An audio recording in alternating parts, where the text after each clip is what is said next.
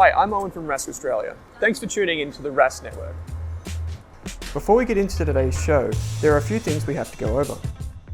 Firstly, what you're about to hear and see is limited to general information only. It's not personal financial advice like you'd get from a financial planner. Also, it's important to remember that past performance is not indicative of future performance. That means that anything that's happened in the past, or we say today, is not necessarily going to reflect what happens in the future.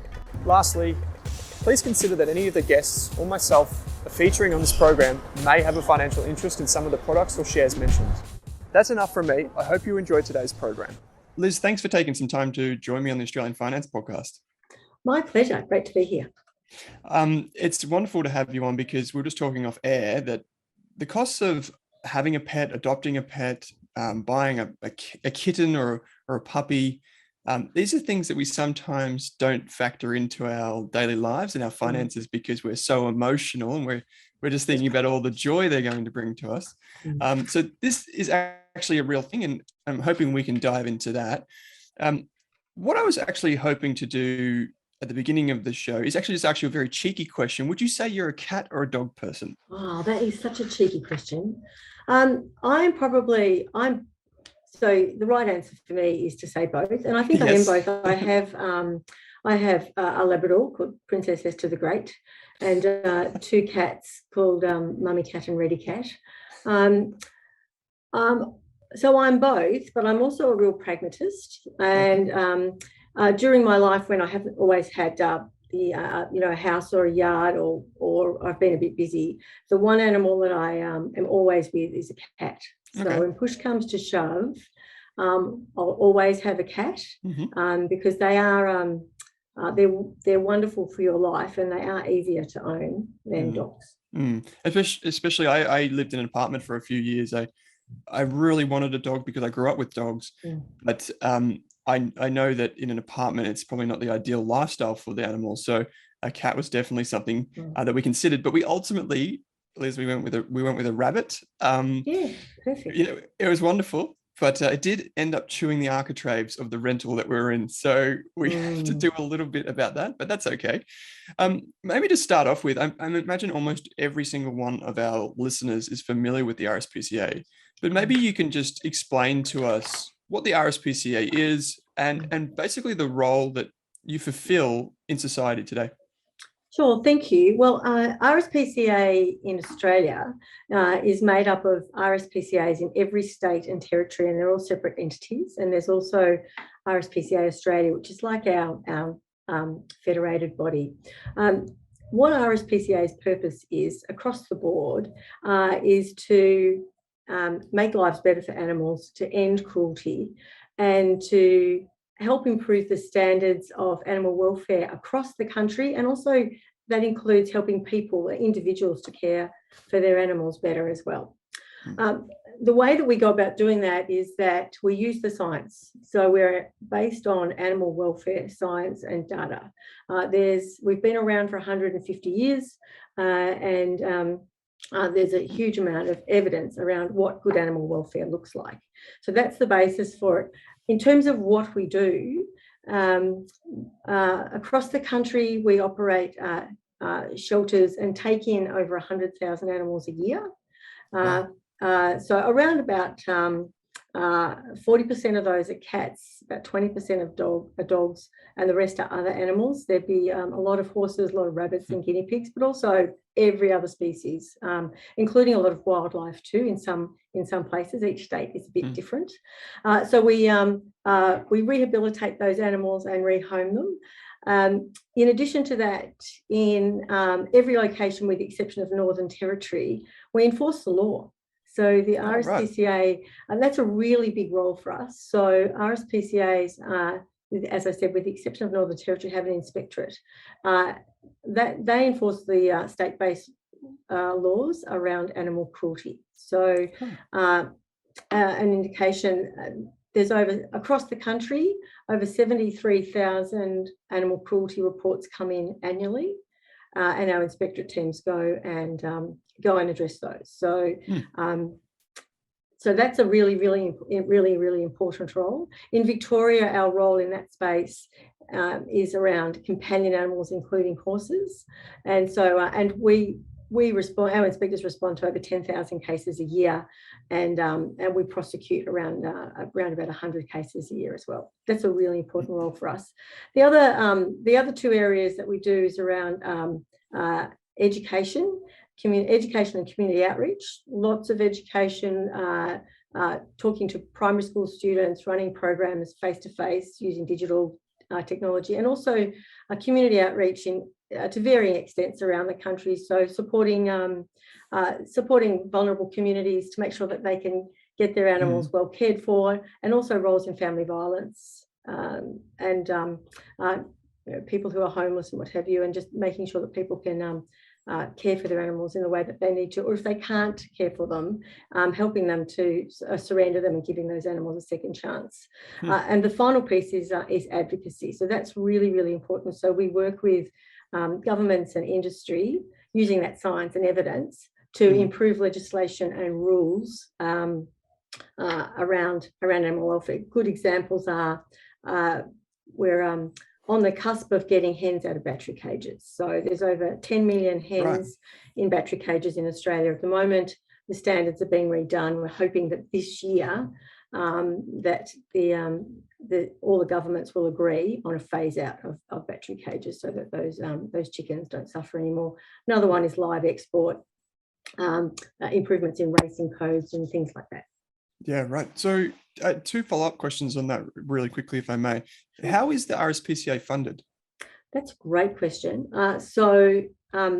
Abundantly funded through the generous donations of the community. So I'm best able to talk about Victoria. So in Victoria, we're 70% funded through donations.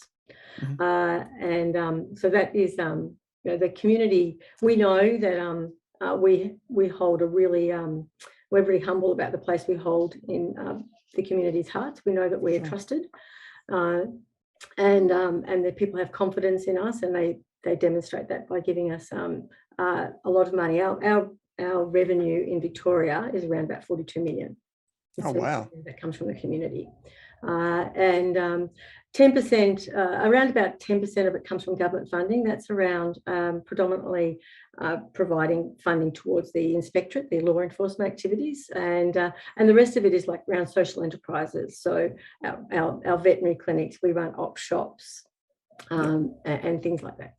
Yeah, wow, okay. And I guess my other question was, so 2022 is when we're hoping that hens are removed from battery cages. Is that correct? That's right. Yeah. Well, they won't. It's a really big. It's a very big industry, and For sure it is. And so it's a commitment to a phase out. And in fact, a complete phase out, is unlikely to be until about 2036, about 15 years. But certainly, we're hoping that a lot of that will be brought forward. The industry, in fairness, the industry has to be given a chance to adapt, because the infrastructure associated with the industry is enormous. For sure it is, yeah. Okay, so that's a fantastic introduction, Liz. Thank you for that. One of the things that I imagine happened during COVID is a lot of people sought out animals because they thought, oh, this is a good companion. Why don't we get a dog? I'm not going on a holiday now. I can get that cat or whatever. Before people go down that road, before people think, I might get a puppy, I might get a kitten, I might adopt a rabbit, a bird, whatever it is, what are some considerations people should take into account? So whether they're adopting either through the RSPCA, or if they're buying, a puppy or a kitten from a breeder. Yeah, so I think the first thing to ask yourself before you even go to how am I going to get this animal is, well, what sort of animal should I get? And you talked about the fact that you landed on a rabbit. Rabbits make great pets, and as you know, they can be litter box trained and all that sort of stuff. So I think when you think about having an animal, understand why you want one. They're so good for you. They're good for your mental health and well-being. They're good for your physical health as well, and connection, wonderful for kids too. But you do have to just look at what your lifestyle is. So if you do live in an apartment, for instance, you need to think about, well, how often will I be home? How am I going to exercise this animal if it needs to be exercised? What can I actually do? So, if you do live in an apartment, you really want a dog, you need probably one that you can commit to doing the right amount of exercise. A greyhound, although big, can be good for apartments because they don't actually need a whole lot of exercise. So think about your lifestyle. If you're going to be home and you're going to be able to meet that animal's needs, not only from an exercise point of view, but from a grooming point of view, and all those other enrichment points of view as well. Look at the costs for what it's going to cost you. It is different. Dogs are more expensive than cats to maintain, even to set up and then maintain. And then what you're going to do about, what's your lifestyle look like in terms of going on holidays, and what are you going to do about those sorts of things as well. And don't forget about the fact that whenever you bring an animal into your home, there's a period where everyone has to get used to each other, and there's training to be done. And it is, it's great fun, but it does require work. It's not a set and forget. So you do have to set aside some time to make sure that you can help that animal settle in well, so that it really works for the animal and for your family. I think there's so much to consider, but I think if I can take away from that, I would probably say just step back and consider your own lifestyle and how the pet fits in around that. I think if you have this kind of idealistic thing of, oh, well, I saw this thing on Instagram, or I saw my friend had one of these, therefore I'll get one, that might not actually work for you. If you want to go, travel every second weekend, having an animal that needs you every day might not be the right choice. That's right. And I think things like if you like camping and you're always going to national parks, dogs are a problem. You're not allowed to take them there, and you shouldn't break the rules on that. There's really good reasons. There's good reasons for that, and in any case, that's just the rule. So I think, and so that's an issue. So maybe a cat or a rabbit might work. Where you can actually, you can probably manage that a little bit better. If you have cats and you're owning them responsibly, we really encourage people to contain them, which means keeping them inside, and perhaps having a cat run that is enclosed outside. In any case, you're up for litter boxes, so you're going to change the kitty litter, every day or two, depending on what your setup is. So there's work to be done, and it does take time and commitment to do all that. For sure it does. The other thing that we don't really think about up front necessarily is the true cost of pet ownership. So we think about, it costs so much to buy this type of pet, or, we tend to think just in very simple terms, but there is a lot ongoing. What are some of the costs involved with pet ownership? And you can be as specific as you want to one breed or one type of pet. But what are some of the things that people should consider? Yeah, so I think you could probably chunk it down, I think, to, what's the cost of actually purchasing the animal? And we talk about that in terms of adoption or breeders and how to go about doing that.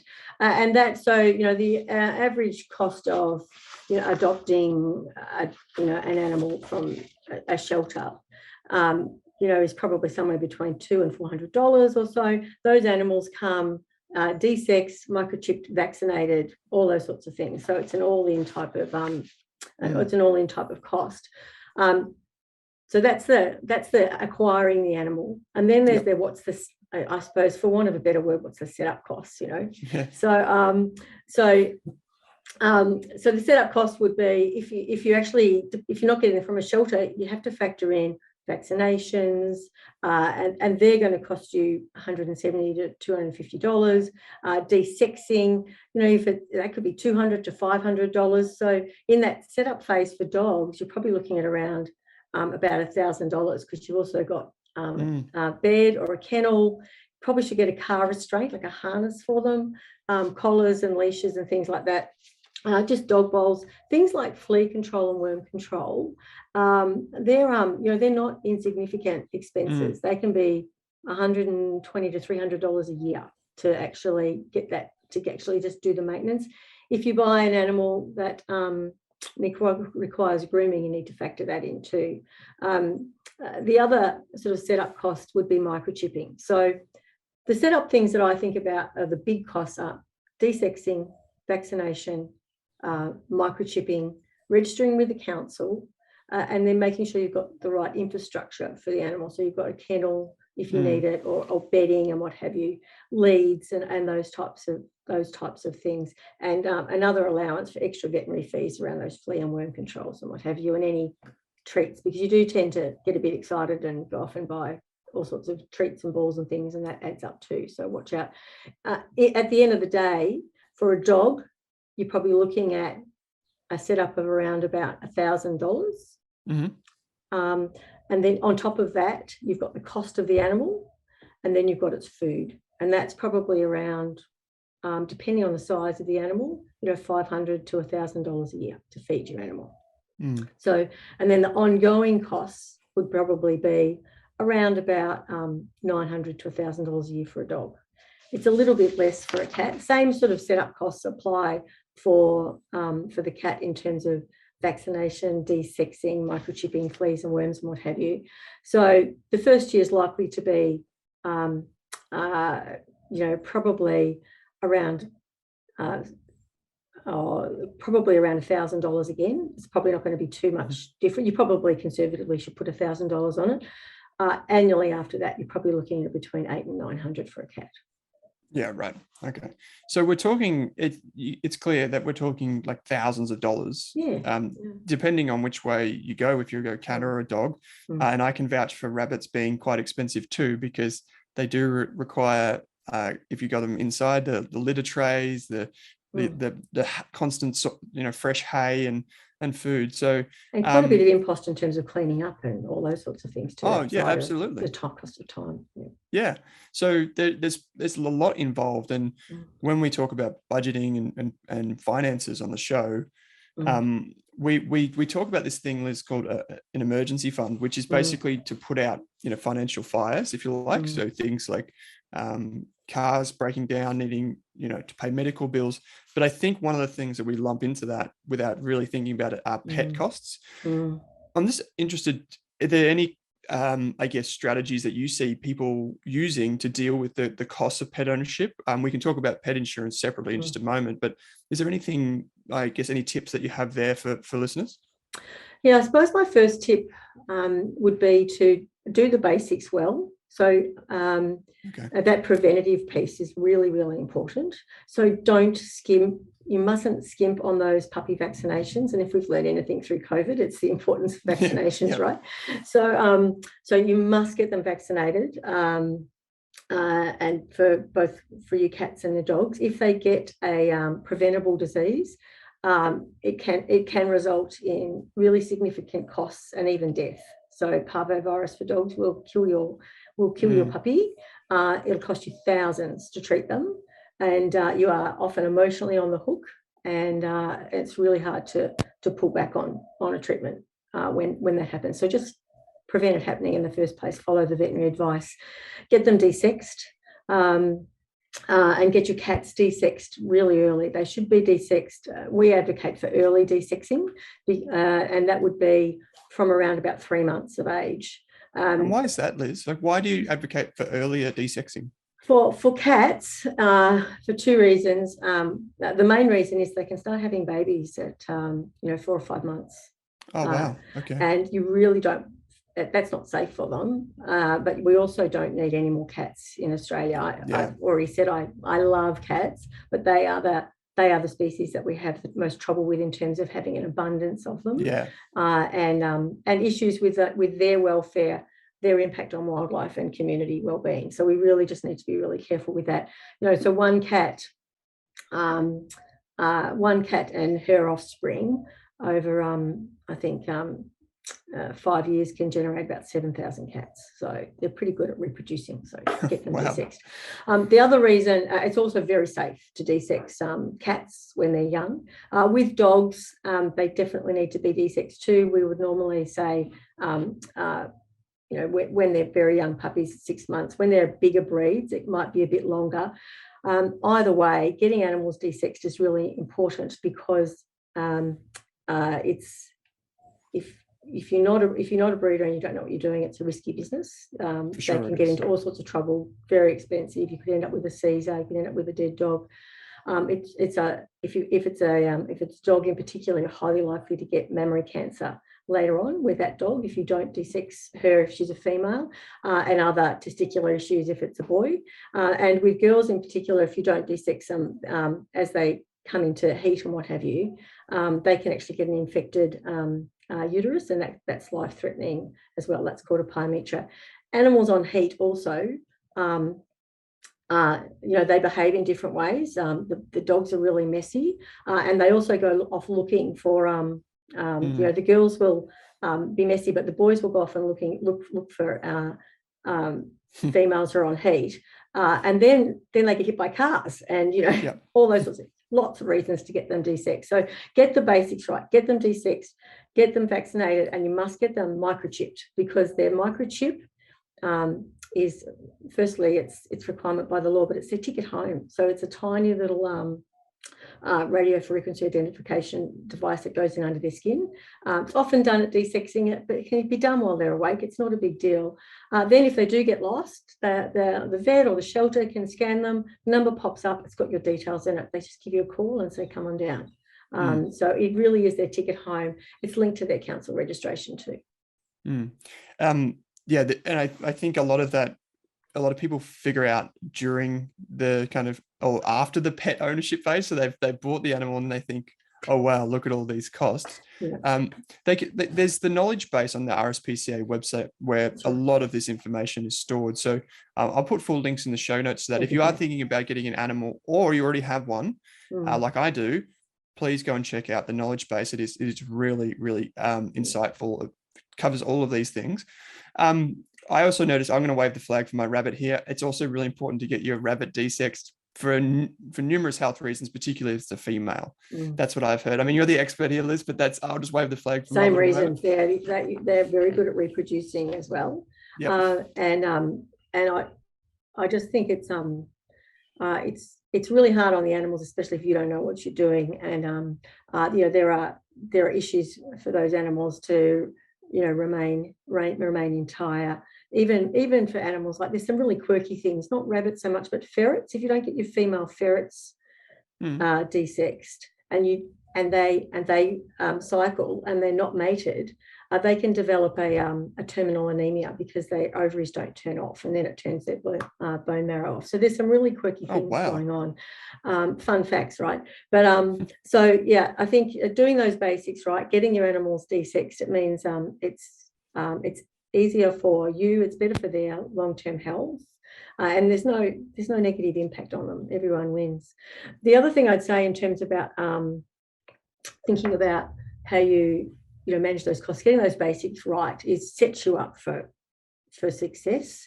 The other thing that has evolved in the veterinary industry over the last few years, which I think is fantastic, is sort of like a bundled service that you can buy from your vet, so like membership packages. And it's a bit like with your insurance, you often if cash flow is a bit of an issue, you can pay your insurance in monthly buckets. Yep. It's pretty much the same thing. And one of the challenges with veterinary fees, or the veterinary costs that you have for animals, is that it's really lumpy. Yeah, so it comes all at once. Yeah, so you'll go to the vet, you'll get them vaccinated, you'll get a year's supply of flea and worm control and stuff, and you walk out with a bill for between $300 and $400, and you go, holy moly, I wasn't, even though if I had a thought about that, I would have known. It's a bit of a shock. Yeah. So there's some really lovely packages that we've got, but lots of other practices have, where you can bundle it up. And so for instance, at RSPCA, for a new puppy or a senior dog, because they both have different needs and it can be a bit costly, $60 a month, so $720 a year. And for that, there's 2 consults. For the puppy, there's de-sexing. For the older dog, there's blood tests and what have you. So that preventative thing comes along. You get your worm tablets and your flea stuff all done. So you get the baseline stuff done. You have a check in there for the older animals, so that if something is starting to give, you get onto it before it's a catastrophe. I think that's and it's really budgetable, right? So, you can say, well, I've got $60 a month that's coming out for healthy, for middle-aged healthy dogs, $30 a month, and for cats, it works out to be about $540 a year or $45 a month for new animals, and then about just over $300 for middle-aged cats and around $450 for older cats. So I think talking to your vets about what they might have, so that it does lock you in, but having a relationship with your veterinary practice is a really good idea. They have all the history of your animal, and then you factored it in. You don't have to deal with the lumps and bumps. How long do those? So those are like I think if it's like a subscription or something like that. Pretty much. How long is the contract? So is that measured in years, or I think my understanding, and I guess that'd all be different, and I'm not an expert on all those commercial terms, but it'd be a year. I think you'd sign up on an annual basis. Yeah, right. Okay, so that's for a lot of people budgeting. We love subscriptions, not because if we forget about them, but just because they break down that lumpy cost. So that's a really important thing. I didn't know that existed, so that's great. So how about in terms of pet insurance? I think just even the basics here, Liz.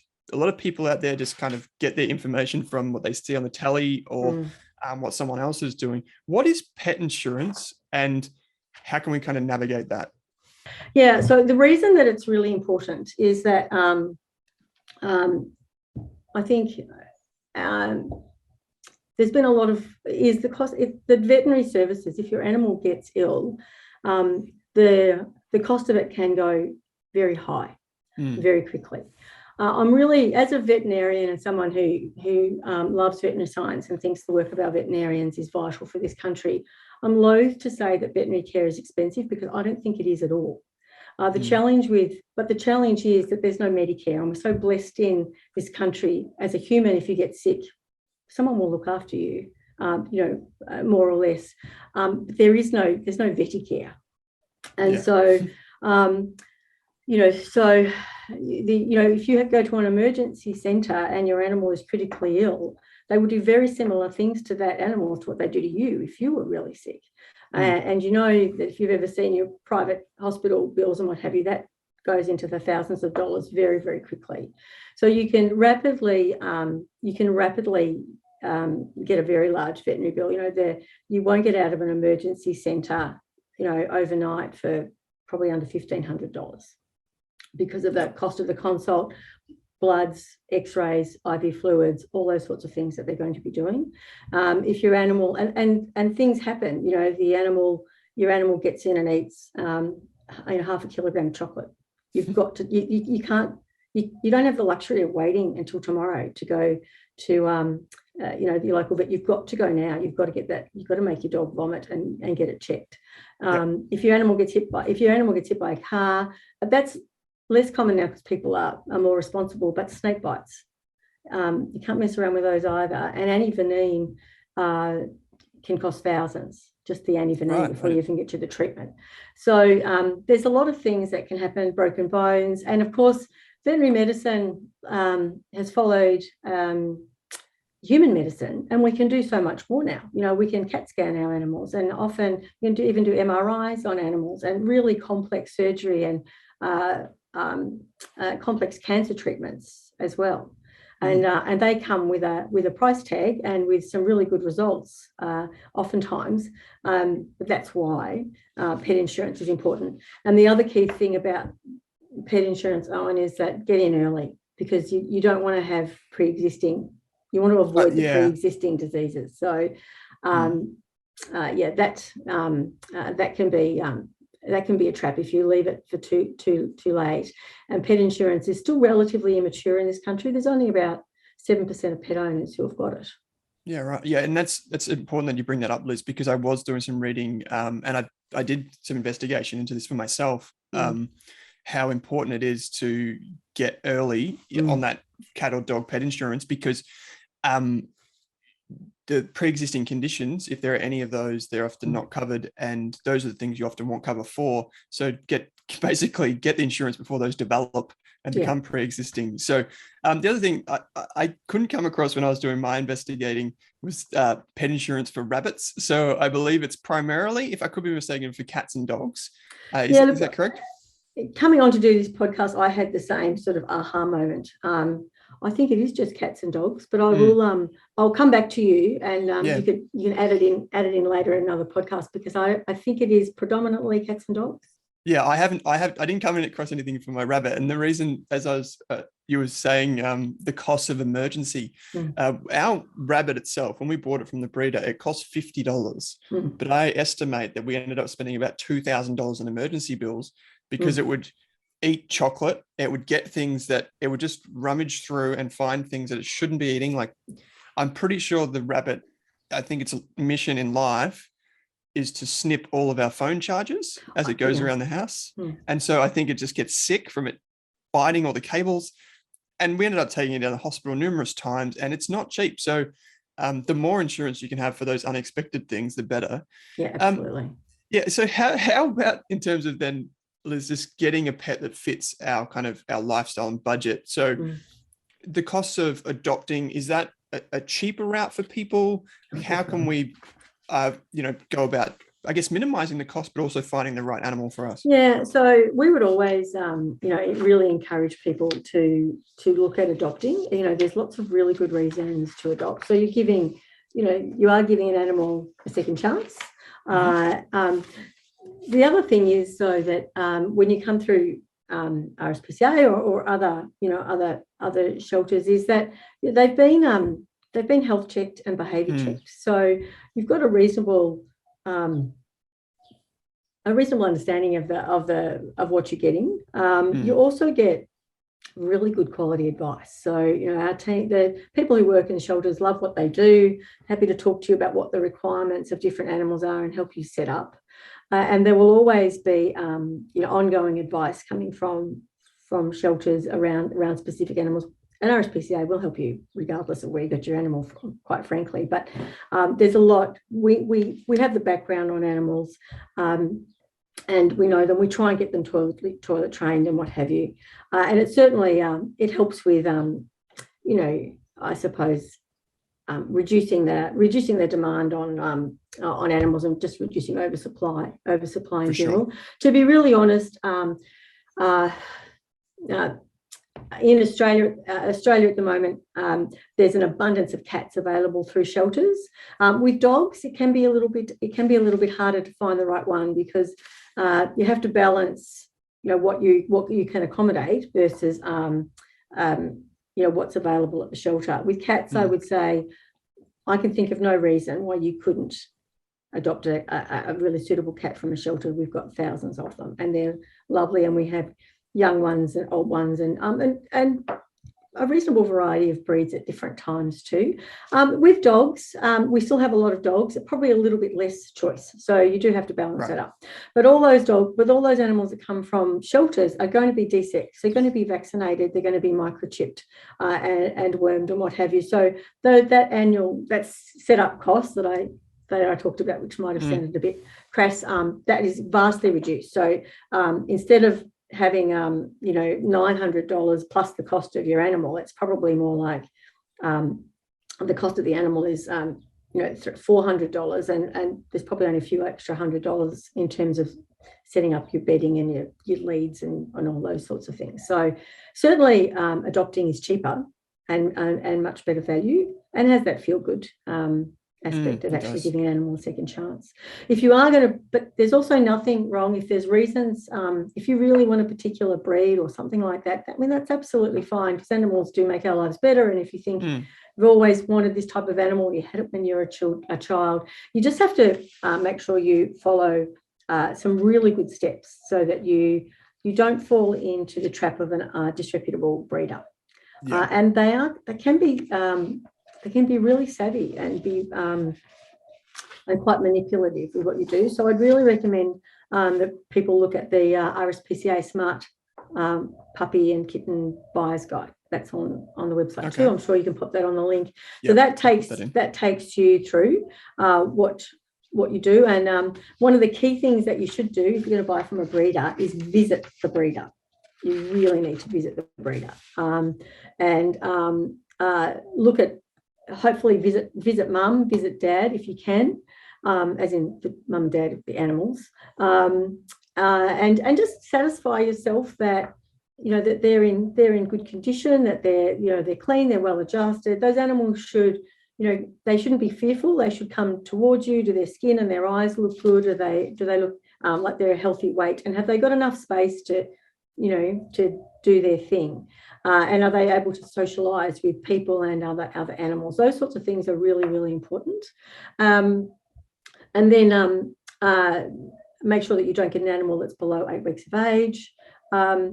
In Victoria, we have a pet exchange register, which means that anyone buying or selling an animal has to register what's called with a source code. It's unlawful to sell an animal from an unregistered property, so it has to be a house, a house or a breeding facility or something like that.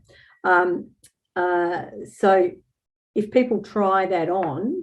So firstly, if you're in Victoria, if there's no source code, then there's no sale. If they can't give you a source code, don't buy it. You can go onto the pet exchange register and validate that that's the right source code for that area.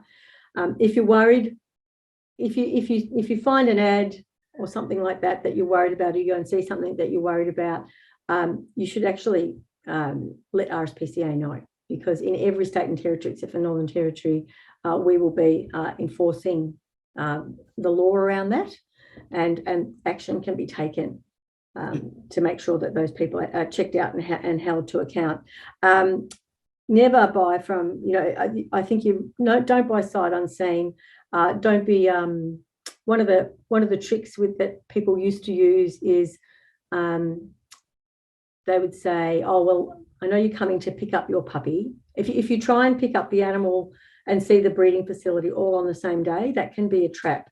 And what some breeders will do is they'll say, oh, I know you're coming up on Saturday, but my auntie's sick in hospital, so I've got to come to Melbourne on that day. So I'll meet you at the park or the Sunbury bus stop or something like that.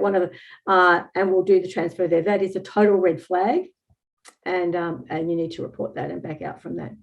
So you've got to be really careful of that. And I imagine, Liz, that a lot of people are desperate to get a pet, particularly a dog, in this environment, because they're so expensive, and because of the rules changing around breeding, how hard it is to get a legitimate animal. So I imagine a lot of people get to that point and they've already committed to, okay, I'm picking up the dog today. Maybe the kids are excited. Maybe I'm excited. And then that happens and you think, all of a sudden, is this what am legitimate? I going to do? Yeah. And then what so it is, it's a really wonderful time bringing a puppy in, which is why it's good to try and to go and see that place, Sure. beforehand, and to be really, really, really careful about that. Having said that, Owen, there's because we enforce the law, it's fair to say that we focus on the people doing the wrong thing. There's a lot of people doing the right thing. So, and there's some people out there who are breeding really good animals, with love and great care and expertise. Just follow the process and make sure that you do talk to people. And if people, people don't seem to be doing the right thing, then stop and refer it to RSPCA. And I think, and we'll go and check it out so the animals won't suffer. There is, I've heard cases where some really horrible stuff has happened where, if we can't meet us at the bus stop, then we'll probably have to put the animal down. Some really terrible emotional blackmail stuff that goes on. So set yourself up for success on that one. And most people were doing the right thing. There's some rogues out there across the country. We've got the best laws in Victoria around puppy farming, but there are people doing the wrong thing, or there will still be people doing the wrong thing. COVID's made that worse. Prices for puppies have probably doubled or tripled. And so you do have to be really, really mindful. The main thing is look at the RSPCA Smart Puppy Buyer's Guide and follow that and you'll be right. Okay. Yeah, I'll put full links to that in the show notes. In terms of maybe just you've got so much experience in this, Liz. just maybe some tips for people that have pets already, some ways to keep those costs down, whether they're, when you go on holidays, you've got to get kenneling. If there's like for health, you've already mentioned that bundling the veterinary services, if your vet offers that, sounds fantastic. Even grooming, like anything there that you can say, even no matter how small those tips might be, to help people keep those costs more manageable. Yeah, look, so I think that the bundling is a really good option. Getting the basic stuff done first, bundle it up.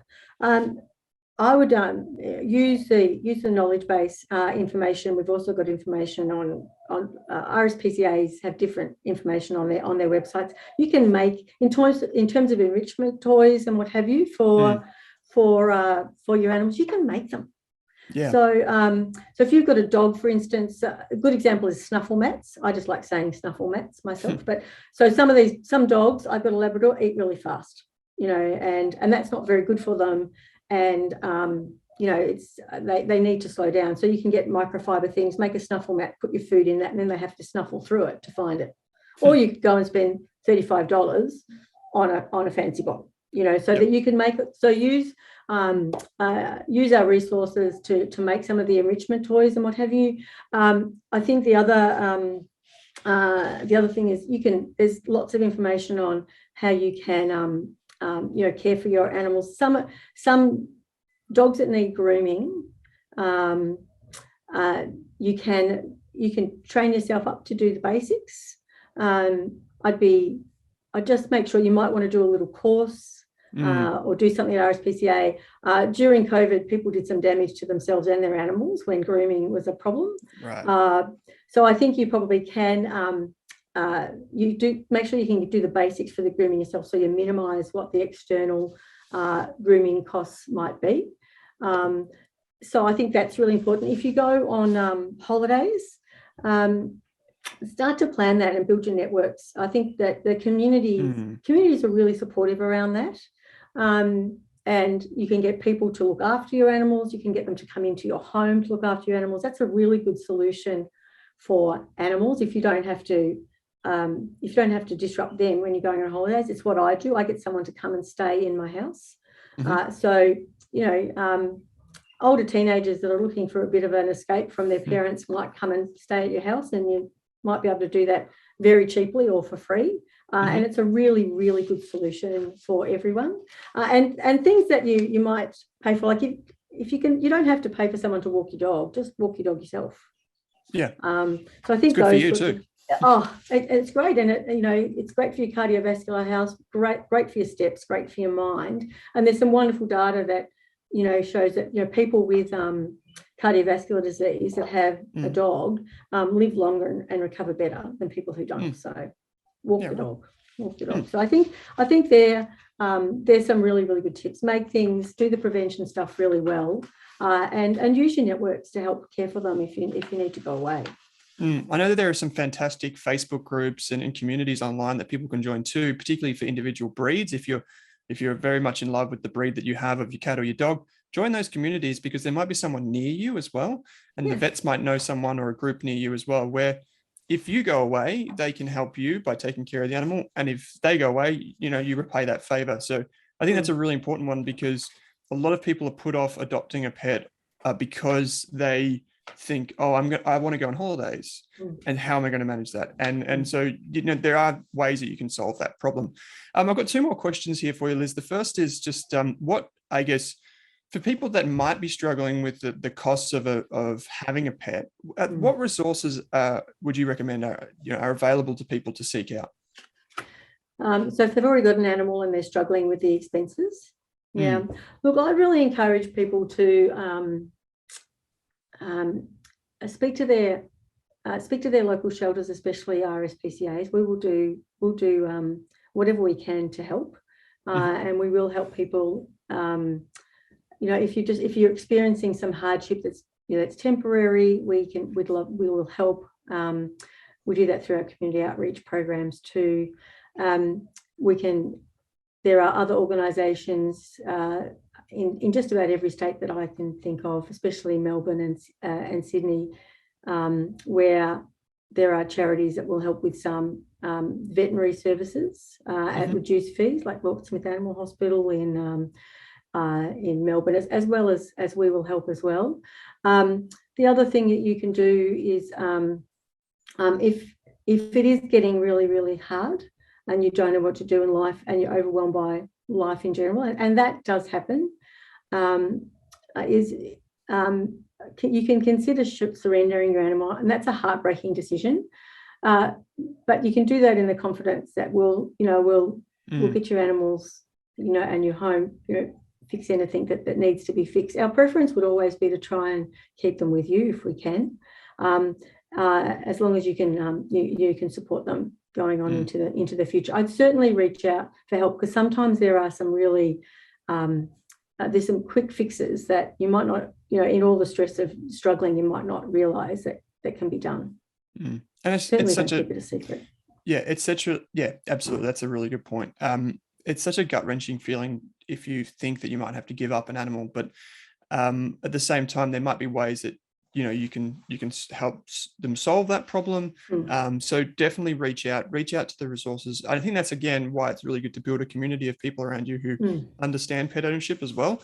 So it's not just you against everything else. And remember, the pet brings so much happiness. So I think that's and we know they're really point. good for you. Like, we've had some examples where people have come in and said, this animal's, I can't keep this dog because I can't.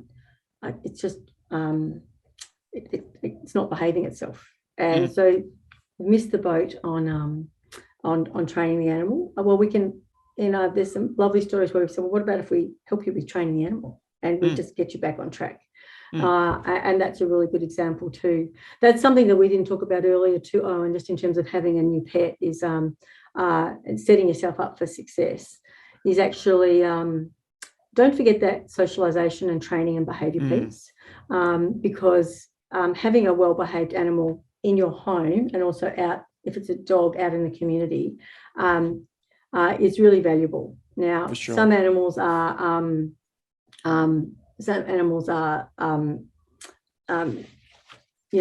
a bit like people. They might be more anxious than others, and we always have to accommodate their needs out in the community. But making sure that they can walk on a lead and that they are socialised with other animals is really helpful. And if they're not, understanding their limitations, so you don't put them under pressure.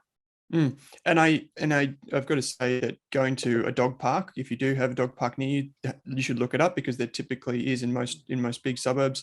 You can go and you can take a dog, and there might be dozens of other dogs there, and if they can socialize together, they're going to have a better life. You're going to enjoy yourself more. Go and check that out, because it makes everyone's life a lot easier. One final question I've got here for you, Liz, which is just how can people find out more about what the RSPCA is doing? How can they learn more from you, the experts throughout Australia, on how to manage pets, find pets, and just generally care for themselves as well? Yeah, so I think the through those knowledge-based articles that I know you're going to post, there's an abundance of information there. And in addition to that, I'd really encourage people to contact their RSPCAs in their own states. Animal welfare legislation and rules is pretty much the same across the country, but it is state-based. So it's really helpful to go to your local RSPCA, and they will always help you just to answer some questions or point you towards some resources that they can assist you with. They'll also know what the local support networks look like that might be available in your areas. I know that my colleagues in New South Wales run a really big community outreach program, and in Victoria, we've got some of that going on, but we're not nearly as mature as New South Wales. Every RSPCA in every state and territory is slightly different, but they do understand that environment really, really well, and will be able to connect you to the right people and the right information. Wonderful. The websites are also really good too, so check out those websites as well. Yeah, for sure. I'll put all the links in the show notes. There'll also be links in there to learn more about pet insurance if you haven't already got that. As Liz said, that it's only about 7% of people have pet insurance, so please go check that out. And I will, if you're interested, and you're a regular listener of the Australian Finance Podcast, jump into our Facebook community, because I will post a short video of my rabbit, Marley. She is a handful. She's very cute. Liz, one thing about Marley is she she's a bit of a terror. Sometimes she doesn't like to be around us. So maybe I'll have to speak to you afterwards about trying to find out how I can get my rabbit to love me more. But they make wonderful pets. We've got some real rabbit aficionados at RSPCA Victoria who devote their lives to them. They love them. They've got great personalities, don't they? They do. Yeah, it's not just what you think. They can be litter trained and everything. So if you go down to your local RSPCA, you will be able to see heaps of animals that are up for adoption. So as well as, typically buy all of your pet's needs there. So go and check that out, and it supports the RSPCA too. So Dr. Liz Walker, thank you so much for joining me on the show. My pleasure. Thanks so much.